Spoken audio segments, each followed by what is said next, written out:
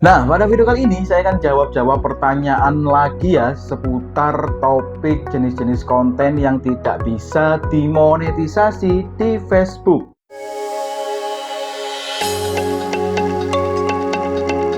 Oke, sepertinya banyak sekali teman-teman yang berminat begitu ya untuk menjadi kreator di Facebook. Hal ini dibuktikan atau bisa dilihat dari banyaknya antusiasme teman-teman untuk melihat konten-konten yang berbau materi menjadi konten kreator di Facebook ya. Nah, biasanya kekhawatiran bagi teman-teman yang baru di Facebook begitu ya, jenis konten apa yang perlu dibuat. Misalkan membuat jenis konten A ini apakah bisa dimonetisasi? Lalu membuat jenis konten B ini apakah diperbolehkan di Facebook? Nah, biasanya kekhawatiran-kekhawatiran dan pertanyaan-pertanyaan seperti ini yang sering muncul ya. Nah, hal ini juga selaras di video saya yang ini. Nah, pada video yang ini juga banyak sekali pertanyaan-pertanyaan tentang itu ya. Apakah konten jenis seperti ini diperbolehkan di Facebook? Lalu jenis konten seperti ini apakah bisa dimonetisasi di Facebook? Nah, agar lebih jelas, mari kita kupas pelan-pelan ya pada video kali ini. Nah, sebelum lebih lanjut ke jenis-jenis kontennya seperti apa, perlu saya sampaikan di awal ya, jadi supaya lebih jelas dan enak nanti ketika pembahasannya. Nah, karena untuk yang memeriksa jenis konten dan memverifikasi jenis konten mana yang boleh dan mana yang tidak, itu adalah tim dari Metanya. Bisa jadi sistem yang memeriksa, bisa jadi ada orang yang ditugaskan untuk memeriksa jenis konten apa saja yang diperbolehkan dan jenis konten mana saja yang tidak bisa dimonetisasi ya. Jadi sebetulnya kita sendiri sih tidak bisa memastikan ya jenis konten mana yang diperbolehkan dan jenis konten mana yang dilarang. Cuman Meta sendiri ataupun Facebook sudah memberikan rambu-rambunya. Nah, rambu-rambu itu yang bisa kita pegang ya, bisa menjadi buat kita acuan begitu ya untuk membuat konten seperti apa yang sekiranya diperbolehkan dan membuat konten seperti apa yang sekiranya harus kita hindari ataupun konten ini tidak bisa dimonetisasi begitu ya.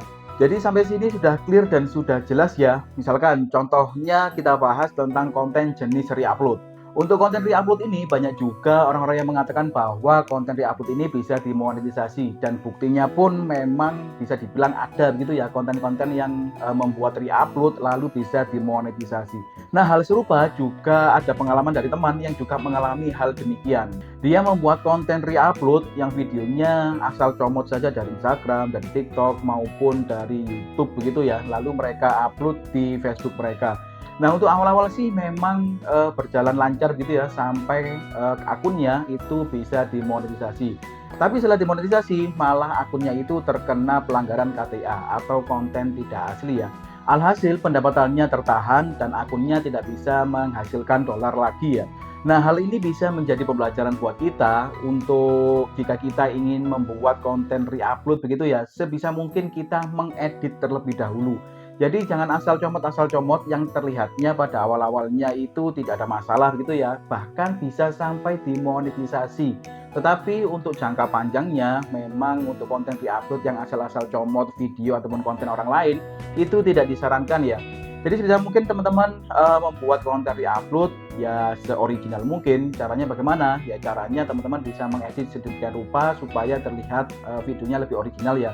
Misalkan teman-teman bisa menambahkan komentar, menambahkan ataupun memunculkan wajah teman-teman, menambahkan narasi pada video re-upload tersebut. Nah, dengan kita mengedit sedemikian rupa itu tadi, harapannya konten kita itu terlihat lebih original ya. Lalu contoh yang kedua, tentang konten bermusik lisensi begitu ya. Misalkan ada pertanyaan, Kak, kalau saya membuat konten hanya nyanyi-nyanyi bermain gitar gitu ya, ataupun ngeband bareng teman-teman menggunakan musik orang lain ataupun musik yang sudah viral ataupun sudah terkenal.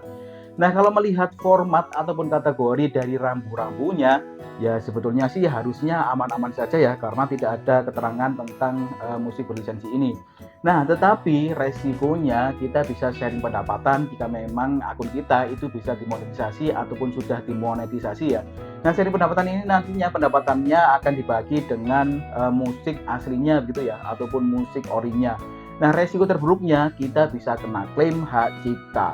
Nah, hal ini juga berlaku misalkan kita membuat konten original nih, kita membuat konten diri kita sendiri mungkin sedang melakukan aktivitas apa, lalu kita membuat ataupun memberikan back songnya musik-musik yang lagi viral. Nah, hal ini juga serupa ya, ini akan menjadi resiko jika nantinya kita bisa terkena sharing pendapatan. Resiko terburuknya kita bisa kena klaim hak cipta. Ya meskipun kalau seumpama kita membuat back song-nya itu menggunakan lagu-lagu yang viral, itu memang bisa mendongkrak views-nya supaya bisa cepat rame ya. Tapi ya kembali lagi ada resiko-resiko yang nantinya jangka panjangnya itu bisa terkena pada akun kita. Oke, kita lanjut ke contoh yang nomor 3. Misalkan ini ada pertanyaan, Kak, kalau seumpama konten saya itu ngambil dari IG, ngambil dari TikTok, lalu juga sudah saya jadikan status WA, misalkan seperti itu ya. Ya selama konten itu original milik kita, ya nggak ada masalah sih. Jadi misalkan teman-teman membuat satu konten, lalu teman-teman upload di beberapa platform. Misalkan satu konten teman-teman upload di YouTube, lalu di TikTok, di Instagram, kalian buat status WA, lalu kalian juga upload di Facebook, ya nggak ada masalah. Nantinya yang menjadi problem adalah ketika teman-teman itu nyomot-nyomot video orang lain dari TikTok, dari IG, lalu teman-teman upload di Facebook. Nah ini yang menjadi problem ya. Seperti penjelasan di contoh yang nomor pertama tadi, yaitu konten re-upload. Lanjut contoh lagi yang nomor 4, misalkan konten saya video game, itu bagaimana? Nah seperti musik tadi ya, sebetulnya tidak ada masalah di format maupun di kategori. Tapi kalau saran saya sih, untuk supaya lebih aman, tetap teman-teman tampilkan wajah teman-teman ya. Atau minimal teman-teman berikan suara asli dari teman-teman lah, supaya konten tersebut bisa terlihat lebih original dan tentunya lebih aman ya. Lanjut contoh berikutnya, kalau membuat konten video dengan kata-kata bertemplate begitu ya, itu diperbolehkan apa tidak Kak? Nah ini sebetulnya sudah dijelaskan di rambu-rambu Meta ataupun di rambu-rambu Facebook ya, yaitu tentang mounted text.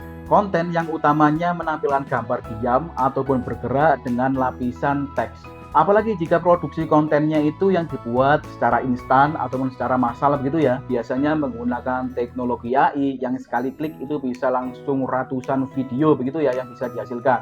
Bukan berarti kita membuat dengan teknologi AI itu tidak diperbolehkan, tentunya masih diperbolehkan ya. Kalau seumpama teknologi AI ini kita gunakan sebagai alat untuk membuat video itu semakin bagus, itu tidak ada masalah.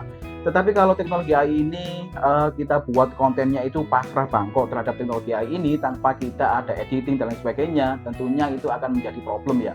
Oke, kita lanjut ke jenis konten berikutnya ya. Teman-teman juga harus berhati-hati jika membuat konten endorse begitu ya, karena konten endorse ini juga termasuk salah satu format yang dilarang pada rambu-rambu Meta, yaitu pada bagian iklan sematan.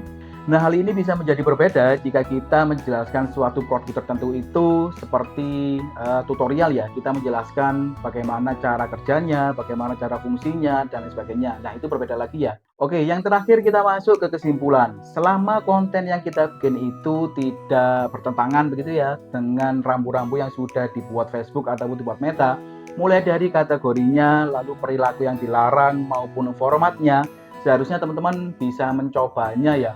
Nah, tetapi kalau saran saya sih, teman-teman bisa membuat konten itu seoriginal mungkin. Jika memang teman-teman ingin menjadi kreator di Facebook ini jangka panjang begitu ya. Teman-teman bisa menampilkan wajah, memberikan komentar, memberikan narasi untuk konten yang kalian bikin. Karena hal tersebut akan membuat konten kalian itu lebih original ya. Seperti yang saya jelaskan di awal tadi ya, kita tidak bisa memastikan konten mana yang bisa dimonetisasi dan konten mana yang akan ditolak monetisasi. Karena yang nanti akan memverifikasi yaitu sistem dari Metanya sendiri ya. Maka dari itu untuk lebih amannya jangka panjangnya, sebisa mungkin teman-teman membuat konten itu yang original. Nah, semoga pada video kali ini bisa menjawab pertanyaan teman-teman ya, dan semoga bisa membantu dan penjelasannya cukup jelas. Terima kasih sudah menonton. See you next video.